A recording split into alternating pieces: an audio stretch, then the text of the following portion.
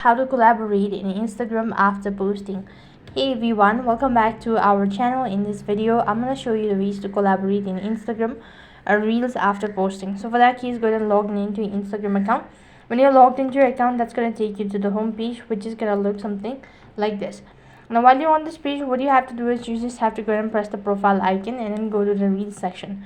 So as you can see, this is the Reels that I've already uploaded. If I wish to go ahead and promote it or invite collaborator, I'll have to open it up and then press the three dot icon. When you press on it, you should be able to locate the edit button.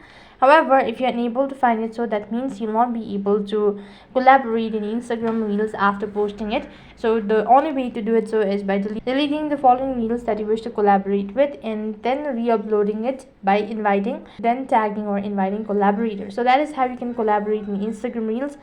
That is all for this video. I hope the video was helpful. Make sure to like, share and subscribe to our channel. Thank you for watching. See you in the next video.